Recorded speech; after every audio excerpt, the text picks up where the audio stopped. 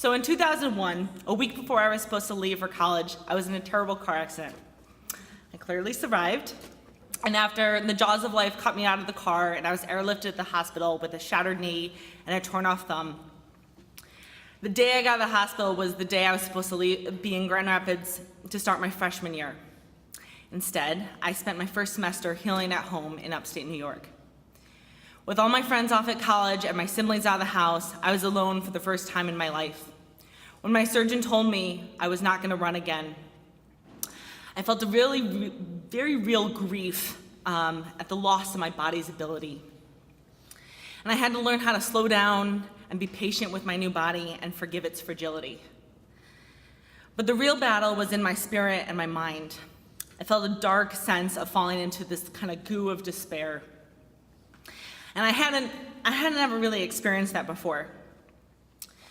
I also had this really conscious awareness that who I was gonna be in response to this moment in time was really gonna shape who I was gonna be and how I was gonna, kind of live the rest of my life. So I really had that sense that like the stakes were high. And then there's something that happens when you stare into your own darkness. After a while, your eyes begin to adjust and you can see outlines of things you didn't know were there. Somehow, when I was 18, I found that thing in my belly that everyone has to find for themselves. That thing that is bigger and stronger and infinite. That thing that when you hold it in your heart, you know you're gonna be okay. I just knew I had this accident, and I had this sense and knowledge that really anything that came next, like I was gonna be okay. My spirit was always gonna come out on the other side intact. And that seed of internal okayness went with me when I eventually hobbled my way into college on crutches that following January. And looking back, I think because I had just gone through this whole trauma, this like brush with death and mortality, I was really ready for a different kind of, I think, what college was supposed to be and what this next chapter of life was supposed to be. And I was also just very aware of the fact that the moment before impact in my accident, the thought I had was not like fear of like, oh shit, I'm gonna die, but it was really, shit, I didn't want this to be over. And that's what I had. And so I kind of had that inside me as well. And so when I went to college, I went with it really as a different person than I had been 5 months before when I was supposed to have been there. And I really wanted something more substantial than like dorm games and shit like that. It wasn't, but I really didn't have a sense of like what that was or where to find it or what that even meant. Okay, so I'm the fourth of 6 kids and the second girl of the Kalinowski family. When I was 4 years old, my parents moved back to upstate New York. They chose to live in a large old house built before the Civil War on Spookwoods Road, and they homeschooled all 6 of us kids there. Surrounding the house is this incredibly dense, thick, brush-filled maple forest. Next to the shed where we kept our goats, our chickens, our ducks, our rabbits, was this huge garden that really it's a crop. It's not a garden. That we grew all of our food, basically. And by hand, but when you've got 6 kids, you've got like built-in labor. So there used to be this in-ground swimming pool. It's abandoned. And we used to throw rocks at the bullfrogs that were trying to eat our ducklings. The bastards. And so when my house burned down when I was 9, because we're classy, we ended up burying inside that pool when we covered it over a refrigerator, 2 of my dead rabbits, our dog Kelly, and like buckets of shit, human shit, when we didn't have a toilet. And then we also blew up an orange Ford Fiesta with 2 tanks of gas. Because, you can when you live in the woods. So why not?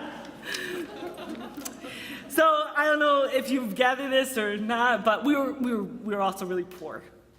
And we were poor in that way that kind of you get robbed of that sense of safety, and the future feels really impossible.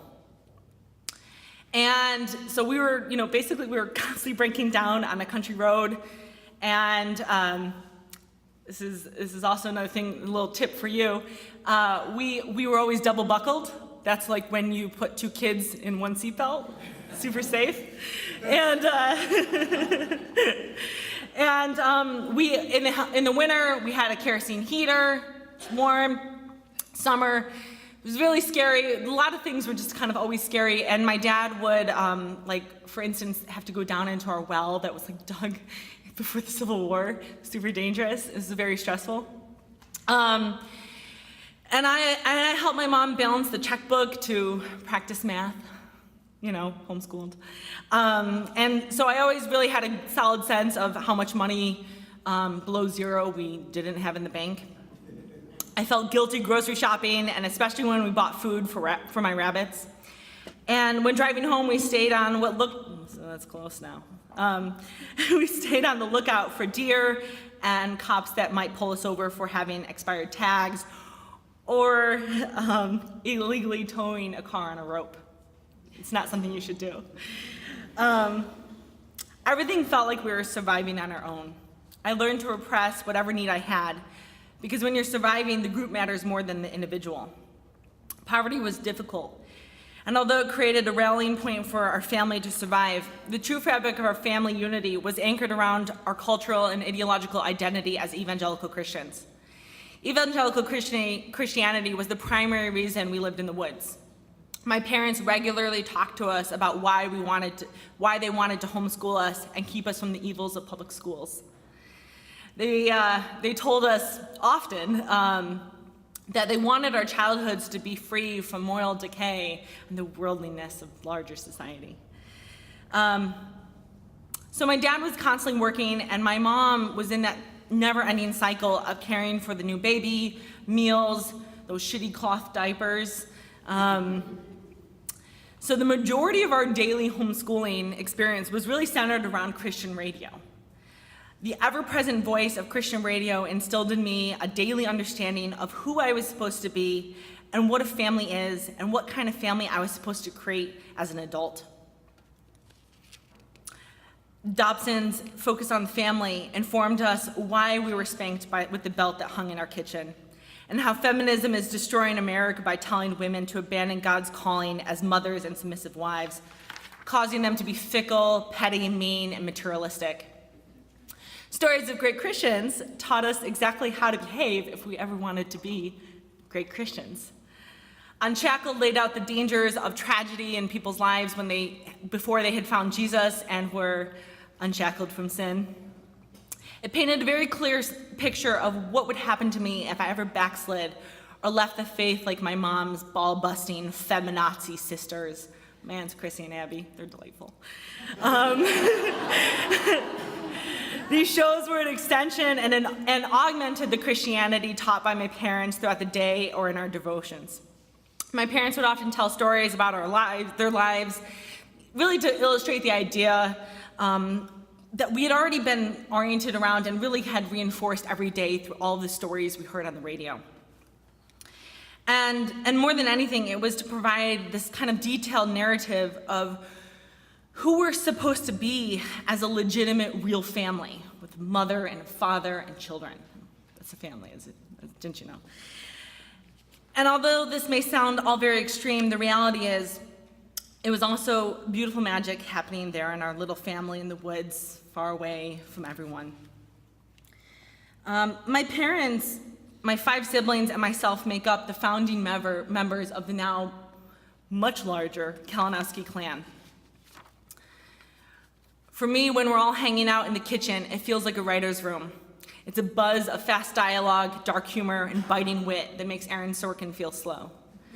And everyone plays a role. My youngest brother, Kuba, usually sits a little off to the side, dropping sarcastic and painfully accurate commentary that makes me feel known and laugh at myself at the same time. My parents are like high school instigators, egging us all on and laughing so hard that my dad will start to get an asthma attack.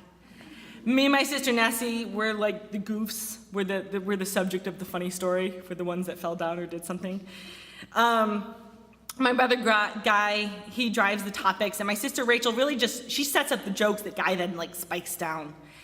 And my oldest brother Zaya, he offers the verbatim dialogue to any story retelling or the source of much quoted movies or SNL sketches, which kind of ironically we watched religiously. So there's that. This was and is our magic and our beauty. We can come together in any circumstance and laugh until we pee a little bit. And it's humor based on that known intimacy of growing up the way that we did.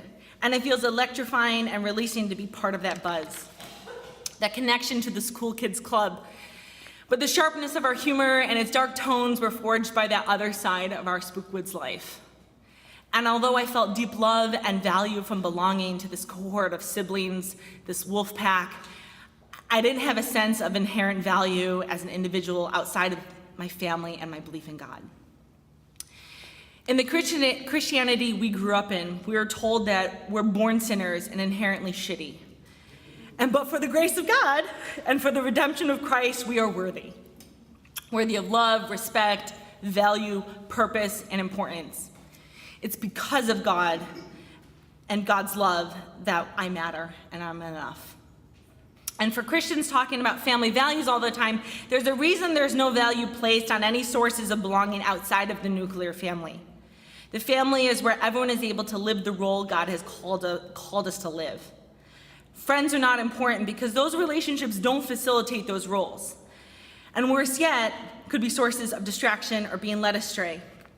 As a girl, the only relationship outside my immediate family that I was taught to value was that of my future husband. And I was all in. I was absolutely dedicated to being the kind of Christian woman I heard described every day on the radio. When puberty rolled around and I was attracted to girls before I was attracted to boys, I saw that as just one more sinful thing about myself I was going to consciously push away and be good at getting rid of as a good, godly Christian woman. I was never submissive or all that feminine, and I never felt that excited about the life of a wife and mother. But I wanted to want it very badly. That's what I prayed for most. I had been born into this incredibly tight island of a family, and I knew that I was supposed to want to recreate the same thing for the family, of a family in which boys knew to be boys and girls knew to be girls. And because I've always been a strong-willed kid, which as a girl you're not supposed to be, right? That's like a thing. I was certain that I would eventually be able to will myself into wanting the life of a good woman, and I really just believed if I just tried hard enough, I would get there. It was in college that I first discovered the powerful bonds between women, and I see now they create a much larger daisy chain of women through time. The women I met in college forged deep friendships with were motivated, intentional, thoughtful, serious, earnest, and intentional badasses. Women who accepted me in all my weirdness, homeschooled. There's a reason you can spot us a mile away. And they loved me with stupid amounts of love and graciousness. I realized that all the things I had been taught about women being fickle, petty, mean, and materialistic were in fact lies. These women ended up becoming a new kind of family to me. They created a space for me to gather myself up. And from within the safety of this new family, I had the freedom to explore who I was and who I wanted to become. I think most importantly, from within the space of these friendships, I felt a different kind of unconditional love. I felt the worthiness of my own value reflected back at me. They showed me love because of who I am, not in spite of me. And these women did distract me from finding the godly man I was sent to college to discover and marry. And in the process, I fell in love with learning and a new kind of family, which placed the original script on the back burner.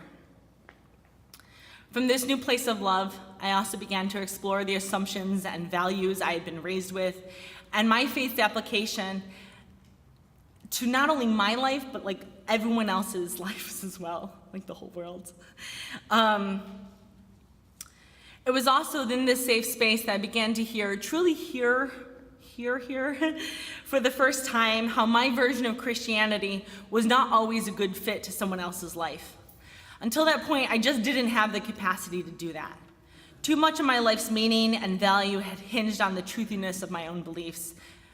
And I just didn't know how to really handle that up until that point. When graduation rolled around, I had already realized the original plan no longer fit, but it never occurred to me to come up with a new plan. So when I was 23, on something of a whim and an impulse for adventure, I bought a one-way ticket to San Diego. Super smart. I know, good choice. Okay, having never been west of Chicago, San Diego was a place on a map that sounded exotic. I didn't have a job, I didn't have a place to live, or any sense of how to be an adult with life skills. You know. But on that 6 a.m. flight, I did have a pocket full of letters from the army of women who had become my family, and a much deeper sense of invincibility and excitement for an unknown chapter of life. I was fortunate to find work in social services, where there's an incredibly high concentration of women who care about this life and the impact they have on the world around them. And they were essentially exactly the women I knew I already wanted to be influenced by. And about a year into living here, I kind of accidentally fell in love with who's my now ex-husband. I was no longer seeking out the Christian nuclear family I had been originally tasked to create. But there was still a lot of just basically residual, unexamined scripts that I had kind of yet to think about and look at. A week after our first date in 2007, he got genetic test results that confirmed that although he was not yet symptomatic, he was going to develop and die from a slow, inherited terminal illness called Huntington's disease, which basically looks like schizophrenia, Alzheimer's, and Parkinson's all rolled up into one. He was 23, smart, incredibly charismatic, and because of his results, was really open to exploring and creating a new script for his life, something I was also very much in the process of doing. And maybe because of this, and maybe because I didn't flinch at the knowledge of a difficult or unknown life with this disease, we bonded. Being hard or future being scary was already familiar to me, and I already had this core belief that worst case scenario, I'll be fine. At 25, we already had conversations about assisted suicide, the ethics of having children in our context, and the knowledge that if we stayed together, I'd also be signing up for a future where I would inevitably be single at middle-aged. And I often felt like I was in a relationship with a person who I loved very much and Huntington's disease. After years of fighting against it, my husband was slowly slipping into despair. The future became something he resented, including anyone around him who was excited about their futures. Huntington's cut the legs out from under his motivation to plan, to dream, to invest in anything in his life. The injustice of his genetic lottery felt like a cosmic slap in the face. He fell into the darkness, and despite everything I tried, I had no ability to pull him out of it. I don't know if it was a combination of untreated depression and thick numbness that only rage seemed to get through, or maybe it was the beginning symptoms of Huntington's. But somewhere in 2012, he had a really bad breakdown. And this person that I loved was essentially replaced by a very scary, very suicidal, and very abusive person. And I was heartbroken, and I didn't want to go, but I also knew I couldn't stay there anymore. So, within 3 weeks of letting go of my home and this piece of family that I had with my ex-husband, I was also laid off from my job, meaning I would lose my health insurance. On top of that, I had a third surgery on my right eye that was the attempt to repair a retinal detachment, but resulted in me just going blind altogether. Basically, I lost my job, my health, my home, and my marriage all in the same time. Super shitty. I needed help, I needed support. But to my parents, I was the cautionary tale of every single daily episode of Unshackled. They wanted to be there for me, but for them, the answer to my pain rested on getting right with God. I remember right after my retina had initially detached, I was talking to my mom, and she said, "Lena, I'm not saying that what's happening to your eye is God's punishment, but it might be a good idea to get right with him anyway." Just saying. Knowing that I have 0 parts of my person that will ever fit into that shape, I was feeling pretty disconnected from my parents beyond the 3,000 miles that already separated us. Fortunately, I was not without family. Throughout my adult life, most of my pack of siblings walked with me, knew me, loved me, and to varying degrees accepted me for who I had become. They were always there for me, no matter what. But in my most absolute darkest hours, it was the women of my life that held me up. These amazing, strong women carried me and loved me in deeply tangible ways. They took me in when I had no home. They drove me to the job interviews when I had no car. And they let me weep with them for hours on the phone and loved me exactly where I was. They again, as always, reflected back at me the value inside me. And by stepping into their river of love, I was able to access the same thing inside me I first discovered after my accident. Because of them, I held tight to that core worthiness in my belly, the thing that let me know in my depths I would be okay. And I would come out on the other side with my spirit intact, scars but not damaged. In the 5 years since that terrible time, my family of women have grown in layers and continue to create a space for me to explore who I am and who I want to become. And like the paradox of love, the more I've been investing in my own worthiness, the more I've been investing in and the support of others' worthiness. I have found work that is meaningful and has pushed me to learn and grow in ways I didn't know I was capable of. I've been part of professional groups and social justice efforts, volunteer opportunities, and I've taken every chance I've had to pull up the women next to me and continue that daisy chain of women in time and life together. And then the most amazing thing happened. In embracing my family of choice and fully finding my own worthiness, agency, and confidence in the queer, lefty stereotype of a woman that I am, I found that because I don't need to be known or accepted by my family of origin, I was free to turn around and embrace all of their greatness that is my Spookwoods family, without feeling any of the cost of when I don't fit. In fact, in the past few years, I talk to my mom more than I ever have in my life. Although I don't need her acceptance, I want her in my life. My parents are amazing. They're fierce survivors that love us with every fiber of their being and love us in every way that they know how. With every trip down a well or washing of shitty diapers, my parents put everything they had into me. And I don't have to choose. It's all mine. Whether my family of origin or family of choice, they're all my family, and I'm forever grateful.